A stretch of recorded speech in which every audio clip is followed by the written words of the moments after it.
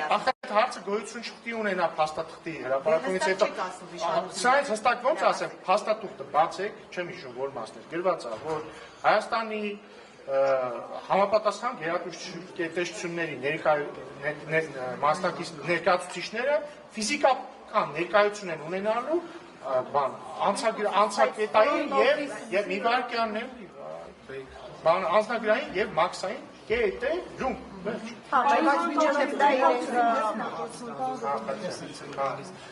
Միջև ըստ փաստաթղթի նշվում է, որ նաև լինելու են այլ գրասենյակներ, այլ գրասենյակ, այդ գրասենյակ չէ։ Օպերատորը։ Ժողովուրդ ջան, front office, back office-ը նոր նախ գրավ չի ոչ հայ, գրած է երրորդ կողմի օպերատոր, ավտոմատ չի նշանակում ոչ հայ, կարող է լինել ոչ հայ։ Բայց դա ընդունված ընթացակարգ աշխարհում, ասենք նույն զվարթոց օդանավակայանում է, չէ՞, երբ որ օրինակ դուք արդեն մոտենում եք օդանավ մտնելու, ոչ թե հայ սահմանապահն է ձեր պասպորտը նայում, այլ վերջում բանի հետ, boarding pass-ի հետ, չէ՞, այլ ավիաընկերության ներկայացուցիչ է։ Հիմա նույն ձևով այս դեպքում trip-ա լինելու, ինչ որ ժամանակ է լինելու, որ ֆասիլիտացնելու են, բայց այդ front office-ի ներկայացուցիչները չեն որոշելու, իրանք զուտ ֆասիլիտացնելու, ինչպես զվարթոց օդանավական, միվարկան, բայց միևնույն ժամանակ սերով սպիտակին գրված է, որ հայ սահմանապահները ֆիզիկապես ներկա են լինելու բոլոր համապատասխան տեղերով, ասեմ ավելին, նաև գրված է, որ ստուգումների ֆունկցիան այլ է սահմանապահները։ Միվարկյան բառում ներբավայելի անվտանգային ստուգումների։ Այս շրջանակային հաստատությունի համաձայնությունից հետո էլ Միացյալ Նահանգներում Թուրքիայում հայտարարեցին էլի էս թրիփը անվանեցին Սարգեզուրի միջանցք,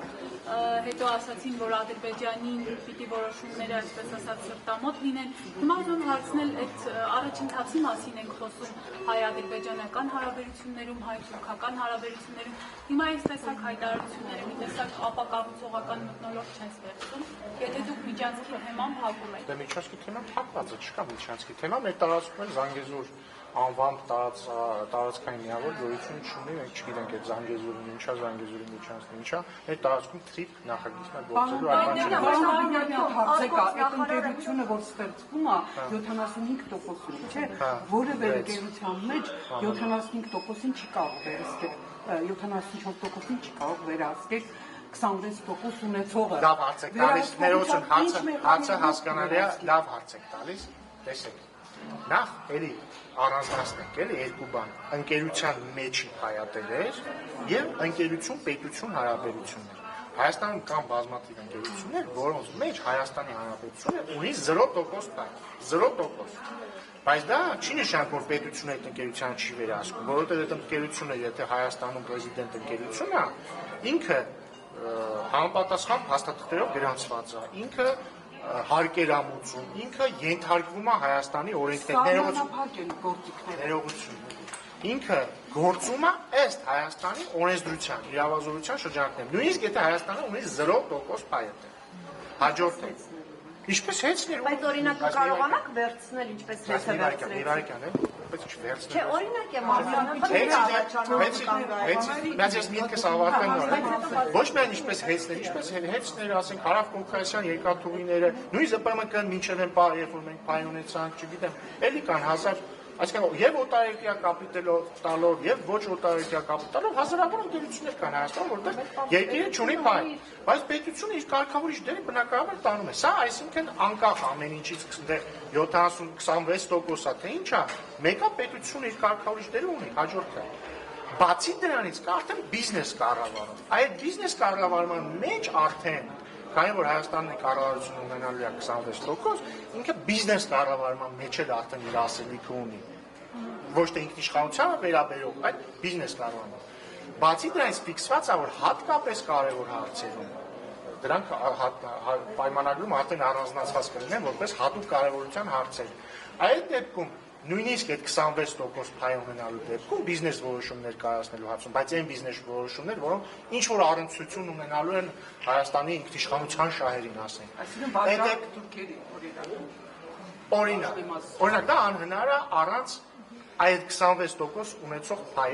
փայատերի, այսինքն Հայաստանի։ Նույնիսկ եթե ինքը մենակ 26% ունի, այդ բոլոր հարցերում ինքը ունի, այսպես ասած, վետոյի իրավունք։ Այսինքն առանց իր համաձայնության, առանց մեր համաձայնության դա տեղի չի ունենա։ Դա ֆիքսվել է հաստատվել որևէ բան, որ Հայաստանը ունենալու է։ Բակերպված է, չէ՞։ Հրապարակված փաստաթղթում կարևոր հարցերում դա հրապարակված փաստաթղթում գրված է։ Իսկ ինչ վերաբերում է հեծին, հեծը նկատեմ այստեղ էլ որ չէ, բայց հեծը դեպքում դեռ ռազմավարական ինքը նշանակության բան է, ինչ ասեմ, ենթակառուցված կա, թե ոչ այլ հարց է։ Չեմ կարծում, որ այստեղ այդպիսի հարց է։ նկատում եմ պետությունը ունենալու է կողմի հետ կապված, Փաշինյանն էլ ասեց, որ երկաթգծի կառուցման այդ հատվածը, ասել են, որ ողջամիտ ջահել այն հատվածը, որի այո, այդ հատվածը ասել են, որ ողջամիտ ջահելում պետք է։ Եվ ախորիկ։ Այո, երբ պարզապես որոշումը հասկանալ կա ակցիոն ռուսական կողմից պատասխան եկցված Հայաստանի իշխանություն կա, որ պատասխանը իրեն կառուցելու են, թե մենք ենք ամեն դեպքում կամ Եթե չեմ սխալվում, առաջ էր վարչապետ Փաշինյանի հետ հարցազրույցում այս հարցը տվել եք եւ նաեւ ասաց, որ սպասում ենք, որ հնարավորինս արագ սպասում ենք պատասխան։ Այս մի քանի օրվա մեջ ես նորություն չունեմ։ Եթե հայկական կողմը ներդրումներ անմիջական նշանակի արդյոք որ կառավարումը ռուսական ընկերությունից վերցնում է Հայաստանը։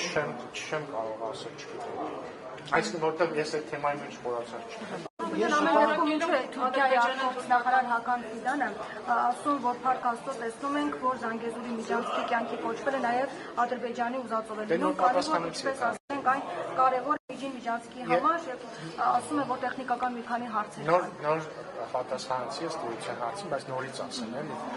Նախ խոսքը թրիփի մասին է, եթե չեմ սխալվում, Թուրքիայի արտգործնախարարը ինքն է ասել, որ մենք թրիփ ենք անվանում եւ ճիշտ է ասել, եւ ընդհանրապես բոլորը պիտի թրիփ անվանեն, որովհետեւ ես կարծում եմ ԱՄՆ նախագահ Դոնալդ Թրամփի ներդրումը այս պատմական պայմանավորվածության մեջ ահռելի է եւ ճիշտ կլինի, որպեսզի բոլորը տուրք տան ԱՄՆ նախագահին, այդ թվում հիշատակելով իր անունը այս նախագծի մեջ, որը նիվարկյան ոչ միայն Ադրբեջանի ուզածով լինում, այս նախագծի լավ որն է, որ սա Հայաստանի ուզածով է, Ադրբեջանի ուզածով է, բոլոր հարևանների ուզածով է, որտեղ պարզ է, որ եթե բոլոր ենթակառուցվածքները ապաշրջափակվում են, դա ձեռք է տալիս եւ Հայաստանի, եւ Ադրբեջանի, եւ բոլոր հարևանների։ Իրենք նկատում են Ադրբեջանի ուզածով այն, որ Հայաստանը չվտանգի։ Բայց ինչ գիտեք, բայց դուք ինչ գիտեք։ Իրենք այդպես էին ասում։ Բայց դուք կարող եք, չէ՞, բացել։ Բայց դուք կարող եք, չէ՞, բացել փաստաթուղթը կարդալ եւ հասկանալ, որ Հայաստանը չի տալիս կարող է տարենթերցումը տալիս նրանց մոտ ովքեր ուզում են որ տարենթերցում լինի, բայց որևէ տարենթերցում չկա։ Նիվարկյան։ Ախր հատուկ ձեր համար մի 46 անգամ այդ փաստաթղթը գրած է Հայաստանն է վերահսկում իր տարածքը, Հայաստանի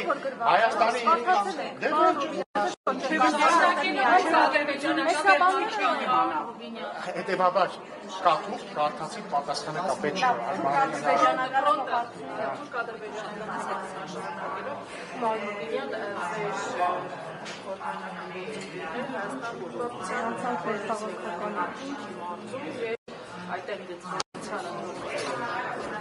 ձեր գործընկերն Լևոն այսպիսի միջավայր կամ ժողովուրդի իրավական տնօրինելու իրավունքը կվերցնի ձեռք նկատի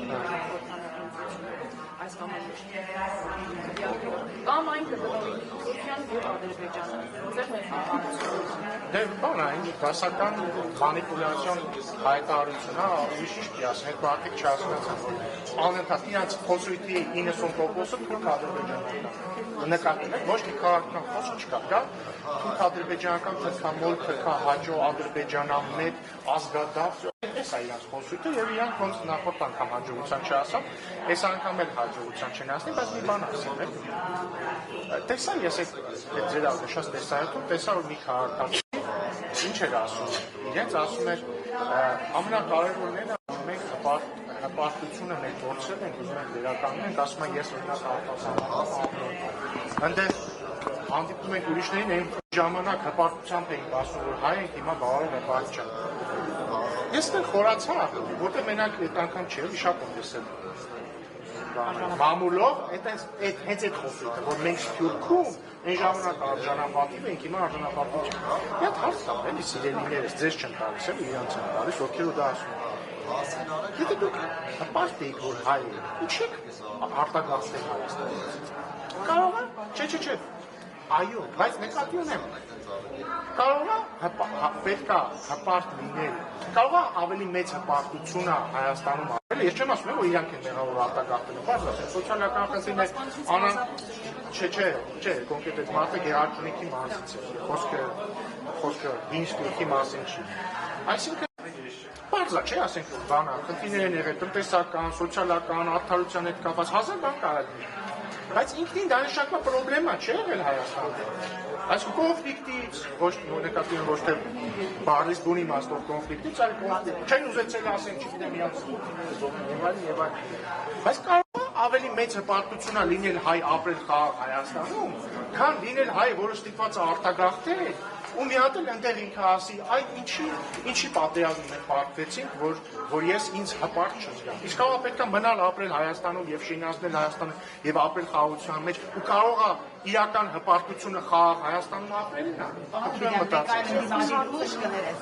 Ասում եք, դուք պայմանները, իրանք էլ ասում են, եթե մենք վարչապետ ունենանք, անկիշխանցենք, մենք դրամ կստանանք։ Բայց իրանք ունեցել են վարչապետ։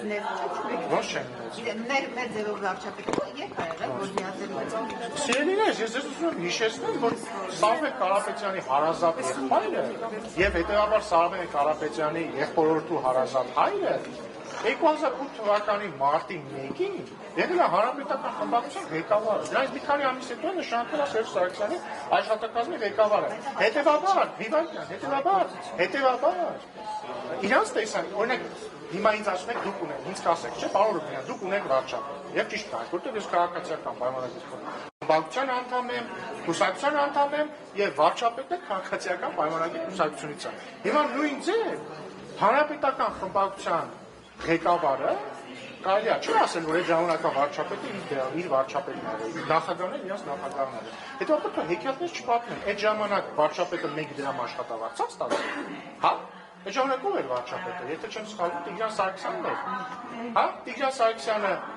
թե Տիգրան Սարգսյանը։ Հա, Տիգրան Սարգսյանը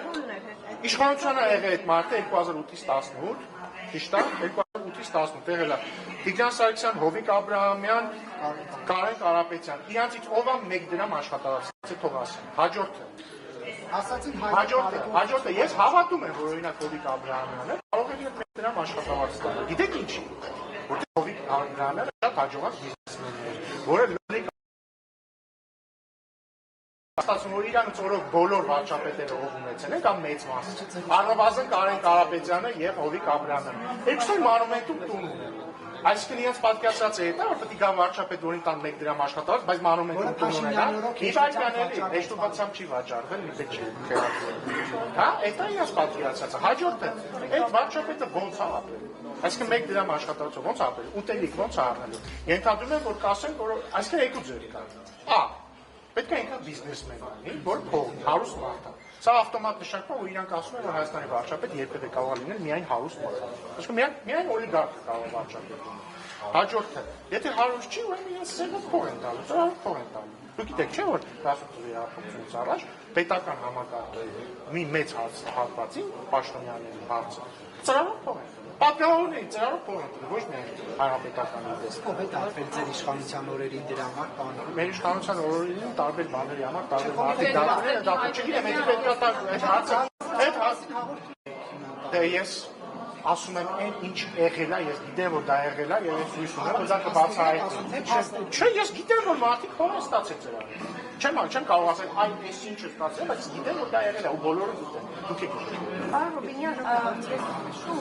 Պարոն Ռուբինյան, տեսեք, ես պարգևավիճակների թեմայով ասում եմ օրինակ ազգային ժողովի նախագահ։ Ասա պետական կառույցից կփողնեն, կգնան մասնավորում կաշխատեն, որովհետև իրենք բարձր աշխատանք։ Հիմա ձեզ որ մասնավոր ընկերություն 5-6 միլիոն դրամով օրինակ աշխատանքի կընտրեք։ Բայց ես 5-6 միլիոն դրամ չեմ։ Չէ, դա լավ, 3 միլիոնով ոչ 3 միլիոն։ Չէ, բայց դուք ախր ես ամսական 3 միլիոն աշխատավարձ եմ։ Չէ, պարգևաբաշխ։ Բայց չի եք հարցը, չբացում եք որ ընկերությունում 6 միլիոնով ընդունում։ Ընդհանրապես պատական թիվ եմ ասում։ Պատական թիվ չի ասել։ Լավ, 3 միլիոն դեկտեմբերի Մի վայրկյան էլի, մի վայրկյան։ Հարցը հետևյալն է, դեկտեմբերի ստացած պարգևավճարի չափով, որը ըստ մամուլի 3 միլիոն է։ Ձեզ ո՞ր մասնավոր ընկերությունում կվերցնեն։ Նկատի ունեք որ այդքան պարգևավճար տան։ Չէ, ոչ։ Բայց ախր հիմա դուք դասական մանիպուլյացիա եք անում։ Դուք փորձում եք տպավորություն ստեղծել մարդկանց մոտ, որ ես ամսական 3 միլիոն աշխատավարձ եմ շահ, բայց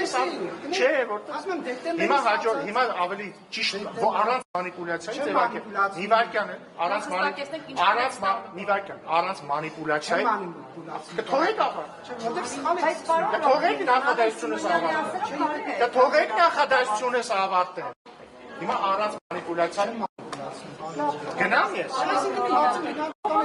Հիմա առանց մանիպուլյացիա ես չեմ մանիպուլյացիա։ Ավելի պարոն Հովինյան հարց ունի։ Արենյա, մի հատ ես ձեր